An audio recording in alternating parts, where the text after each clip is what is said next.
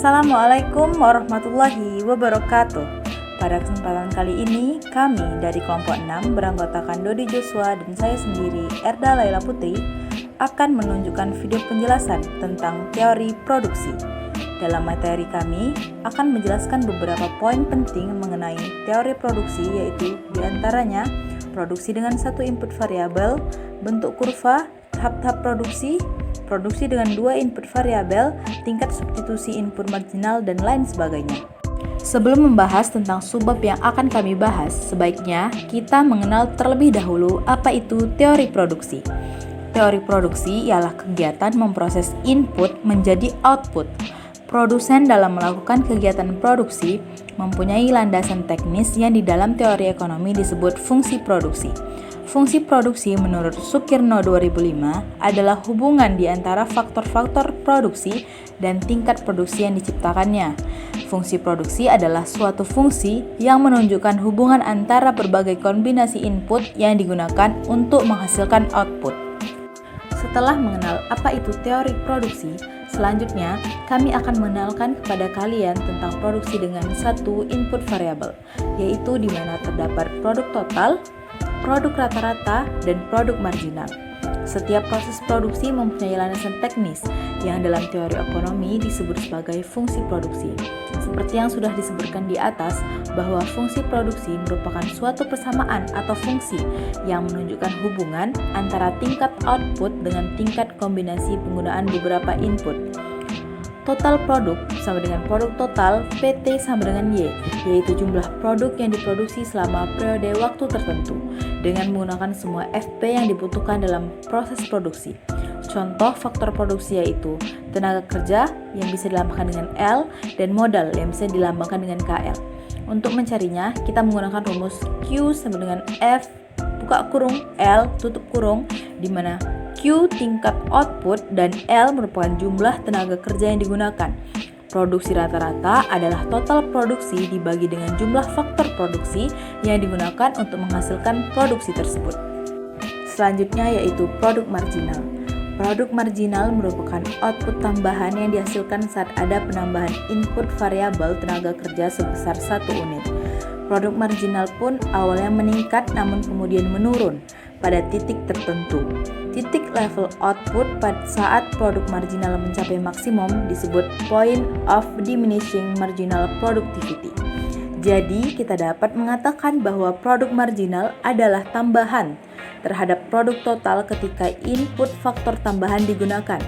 Untuk mencari produk marginal, kita dapat menggunakan cara perubahan output per perubahan input. Materi selanjutnya yaitu bentuk kurva produksi rata-rata dan produksi kurva marginal.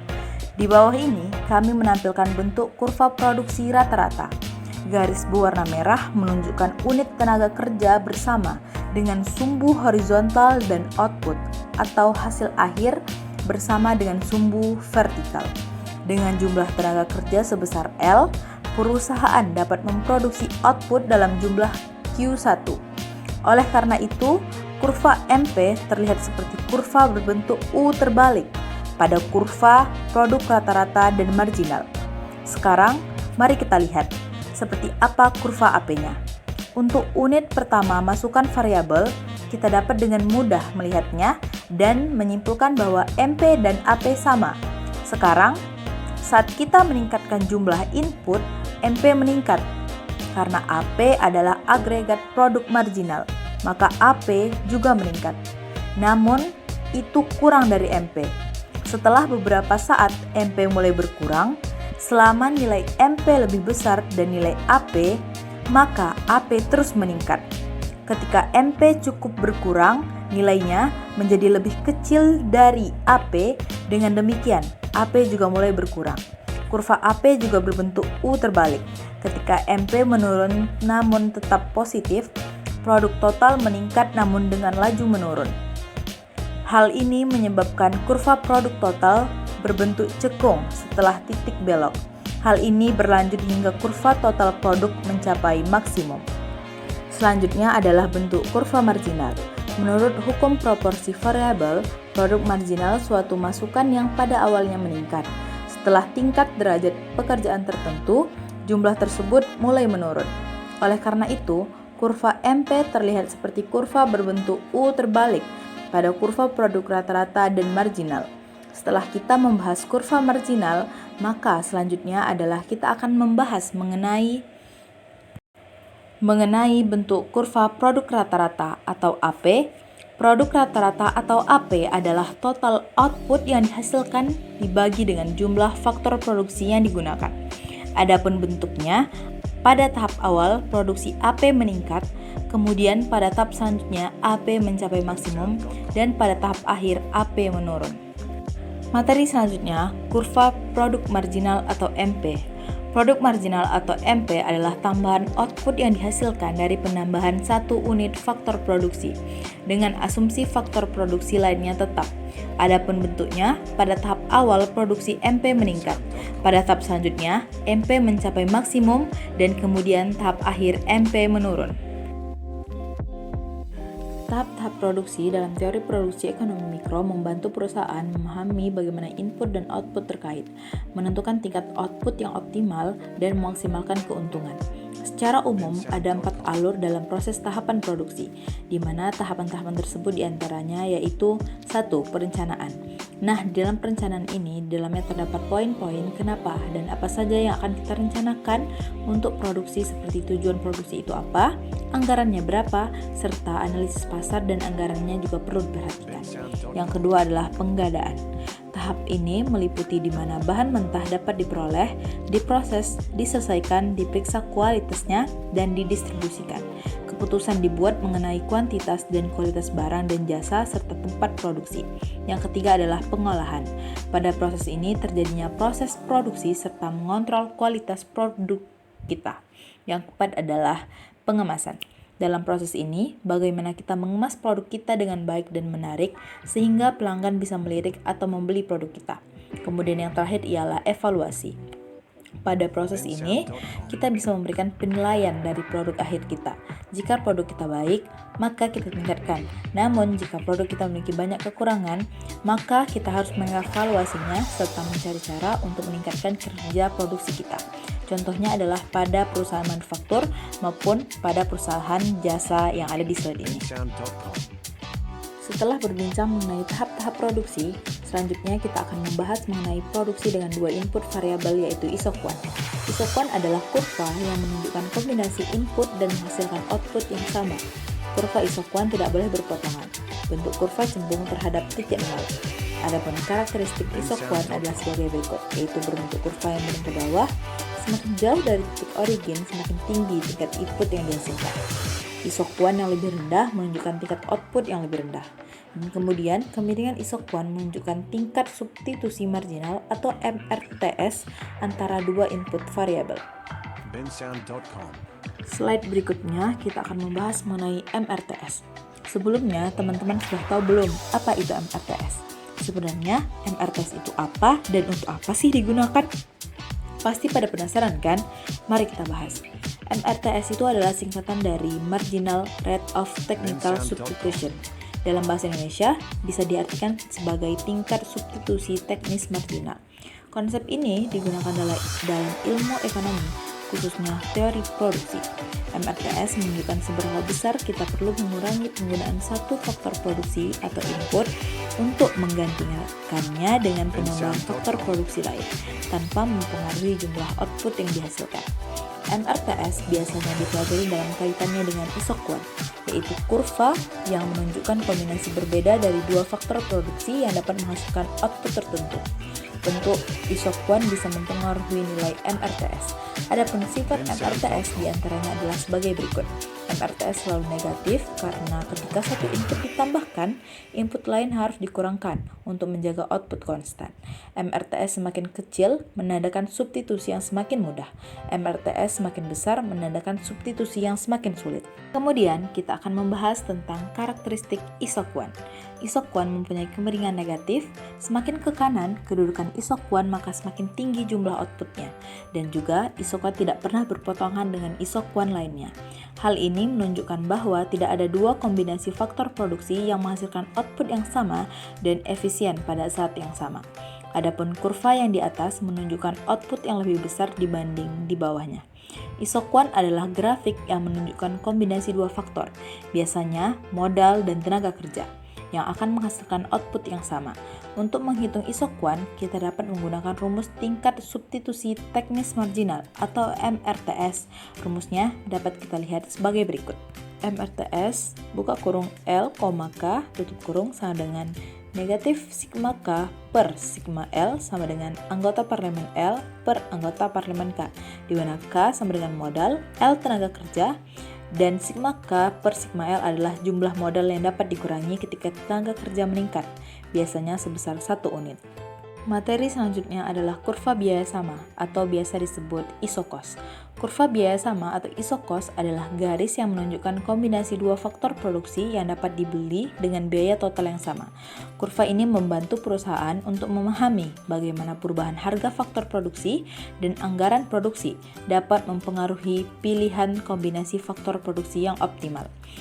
Adapun karakteristiknya yaitu mempunyai kepentingan yang negatif, semakin jauh dari titik origin, semakin tinggi total biaya yang dikeluarkan, serta kemiringan kurva isokos sama dengan rasio harga kedua faktor produksi. Slide berikutnya adalah contoh soal, di mana misalkan harga tenaga kerja adalah 10.000 per unit dan harga modal adalah 20.000 per unit. Jika perusahaan memiliki anggaran produksi sebesar 100.000, maka perusahaan dapat membeli 10 unit tenaga kerja dan 5 unit modal. Maka kombinasi ini terletak pada kurva isokos dengan total biaya 100.000, menunjukkan bahwa perusahaan dapat mengganti 2 unit tenaga kerja dengan 1 unit modal tanpa mengubah total output yang dihasilkan. Dengan kata lain, perusahaan dapat meningkatkan efisiensi produksinya dengan mengurangi tenaga kerja dan menambah modal. Adapun pengaplikasiannya dalam kurva isokos adalah analisis teori produksi. Kurva isokos dapat digunakan untuk menganalisis berbagai konsep dalam teori produksi, seperti tingkat substitusi marginal, skala ekonomi, dan efisiensi produksi. Kemudian, perencanaan produksi. Kurva isokos dapat digunakan untuk membantu perusahaan dalam merencanakan tingkat output yang ingin dicapai dan kombinasi faktor produksi yang optimal untuk digunakan, serta analisis kebijakan ekonomi, yaitu kurva isokos dapat digunakan untuk menganalisis dampak kebijakan ekonomi seperti pajak dan subsidi terhadap produksi perusahaan. Kemudian kita akan bertanya-tanya mengenai apa sih hubungan antara kurva isokos dengan isoquant. Mari kita lihat penjelasan berikut ini. Hubungannya dapat dilihat dari keseimbangan produsen. Pada titik ini, perusahaan mencapai tingkat output yang maksimum dengan biaya yang minimum dan garis anggaran. Kurva isokos dapat dilihat sebagai anggaran perusahaan untuk dua faktor produksi. Kurva isokos dan isoquant bekerja sama untuk membantu produsen membuat keputusan alokasi sumber daya yang optimal.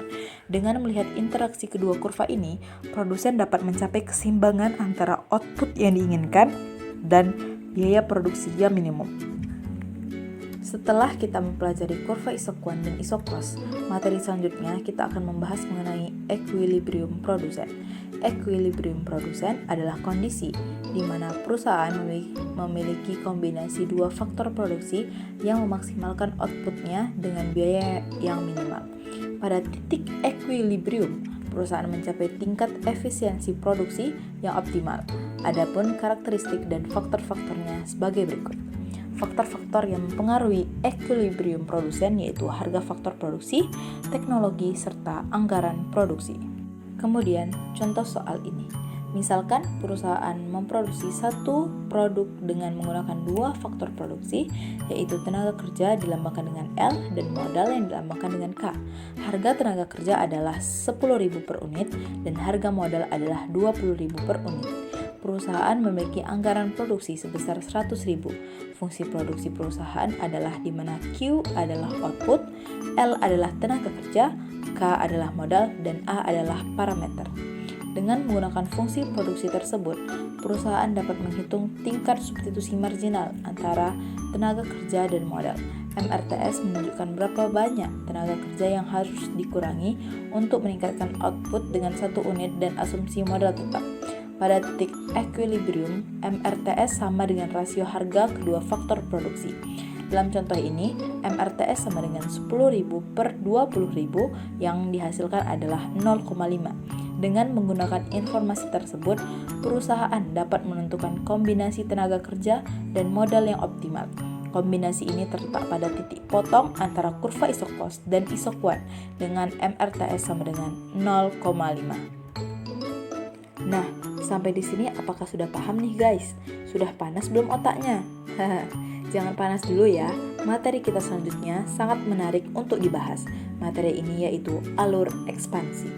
Alur ekspansi atau expansion path dalam teori produksi menunjukkan kombinasi input atau faktor produksi yang optimal untuk menghasilkan tingkat output yang berbeda. Alur ini menggambarkan bagaimana perusahaan meningkatkan outputnya dengan cara yang efisien dengan memanfaatkan kombinasi input yang optimal.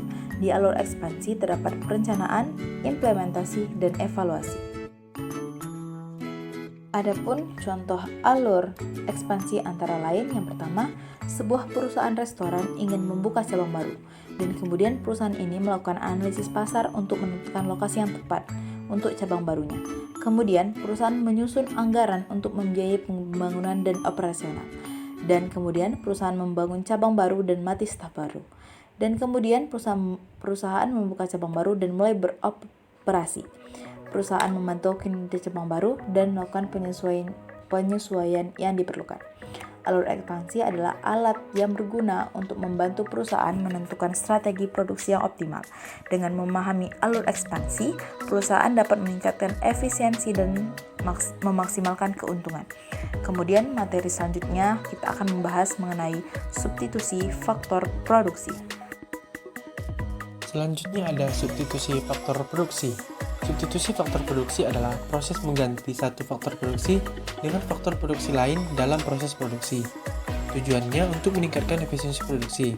Nah, substitusi faktor produksi ini terbagi menjadi dua, yaitu substitusi sempurna yang dimana satu faktor produksi dapat diubah dengan faktor produksi lain tanpa mempengaruhi output. Yang kedua adalah substitusi tidak sempurna, yaitu dimana ketika satu faktor produksi tidak dapat diubah dengan faktor produksi lain tanpa mempengaruhi output. Adapun faktor-faktor yang mempengaruhi substitusi produksi adalah harga faktor produksi, teknologi, dan karakteristik produk. Contoh dari substitusi faktor produksi adalah sebagai berikut. Sebuah perusahaan tekstil mengganti mesin jahit manual dengan mesin jahit otomatis. Sebuah restoran mengganti pelayan dengan robot pelayan. Dan sebuah perusahaan pertanian mengganti pupuk kimia dengan pupuk organik. Nah, substitusi faktor produksi juga memiliki beberapa keuntungan, seperti meningkatkan efisiensi produksi, meningkatkan output, dan meningkatkan kualitas produk. Substitusi faktor produksi dapat membantu perusahaan untuk meningkatkan efisiensi dengan menggunakan faktor produksi yang lebih murah atau efisien. Selain itu, substitusi faktor produksi juga dapat membantu perusahaan untuk meningkatkan outputnya dengan menggunakan kombinasi faktor produksi yang optimal. Selain kelebihan, substitusi faktor produksi juga memiliki beberapa kekurangan, yaitu ada pengangguran. Substitusi faktor produksi dapat menyebabkan pengangguran jika perusahaan menggunakan lebih sedikit tenaga kerja. Yang kedua adalah dari segi biaya. Substitusi faktor produksi dapat memerlukan biaya yang besar, seperti biaya untuk membeli mesin baru atau untuk melatih karyawan. Selanjutnya ada ketidakpastian. Substitusi faktor produksi dapat menimbulkan ketidakpastian bagi karyawan dan perusahaan karena mereka harus beradaptasi dengan teknologi baru atau dengan cara kerja yang baru. Skala produksi mengacu pada tingkat output yang dihasilkan oleh perusahaan. Dalam teori produksi, terdapat 3 kemungkinan hasil atas perubahan skala produksi. Yang pertama, hasil lebih konstan atau constant return to scale. Pada CRS, kenaikan output yang dihasilkan sama dengan kenaikan proporsional input. Yang artinya, jika perusahaan meningkatkan inputnya 2 kali lipat, outputnya juga akan meningkat 2 kali lipat. Adapun karakteristiknya yaitu biaya rata-rata produksi konstan pada semua tingkat output. Kurva iso-cost dan iso-kuan berpotongan pada sudut 45 derajat. Skala produksi tidak memberikan keuntungan atau kerugian biaya. Yang kedua adalah hasil lebih naik atau increasing returns to scale. atau IRS. Pada IRS, kenaikan output yang dihasilkan lebih besar daripada kenaikan proporsional input, yang artinya jika perusahaan meningkatkan inputnya 2 kali lipat, outputnya akan meningkat lebih dari 2 kali lipat. Adapun karakteristik IRS adalah AC menurun pada tingkat output yang lebih tinggi. Kurva isokos dan isokuan berpotongan pada sudut kurang dari 45 derajat. Dan skala produksi memberikan keuntungan biaya. Dan yang ketiga adalah hasil lebih turun atau decreasing returns to scale atau DRS. Pada DRS, kenaikan output yang dihasilkan lebih kecil daripada kenaikan proporsional input, yang artinya jika perusahaan meningkatkan inputnya 2 kali lipat, outputnya akan meningkat kurang dari 2 kali lipat. Adapun karakteristiknya adalah AC meningkat pada tingkat output yang lebih tinggi. Kurva isokos dan isokuannya berpotongan pada sudut lebih dari 45 derajat. Dan skala produksi memberikan kerugian biaya. Adapun faktor-faktor yang mempengaruhi hasil skala produksi adalah yang pertama ada teknologi. Teknologi yang lebih maju memungkinkan perusahaan untuk mencapai hasil yang lebih tinggi. Lalu ada spesialisasi. Spesialisasi pekerja dan mesin dapat meningkatkan hasil yang lebih. Dan juga ada koordinasi. Koordinasi yang baik antara faktor produksi dapat meningkatkan hasil yang lebih. Contoh pengaplikasiannya adalah di sebuah perusahaan manufaktur dapat mencapai hasil lebih yang naik dengan menggunakan mesin yang lebih canggih dan dengan meningkatkan spesialisasi pekerja. Di perusahaan jasa juga dapat mencapai hasil lebih yang naik dengan meningkatkan koordinasi antara karyawan dan dengan menggunakan teknologi yang lebih canggih. Hasil atas segala produksi merupakan konsep penting dalam teori produksi yang dapat membantu perusahaan membuat keputusan yang optimal untuk meningkatkan efisiensi dan memaksimalkan keuntungannya. Alhamdulillah akhirnya kita sampai di akhir videonya guys. Semoga apa yang kami sampaikan dapat memberi pemahaman kepada kalian dan semoga kalian dapat memahami materi tentang teori produksi dengan baik. Kami mengucapkan terima kasih kepada Bapak Sakti Huta Barat atas proyek video ini, sehingga kami bisa belajar dan dapat memahami materi ini, sekaligus melatih kreativitas dan kerjasama dalam pembuatan proyek video ini. Mohon maaf jika banyak kekurangan dalam video ini, ambil baiknya dan buang buruknya. Kami dari kelompok 6 pamit undur diri. Wassalamualaikum warahmatullahi wabarakatuh.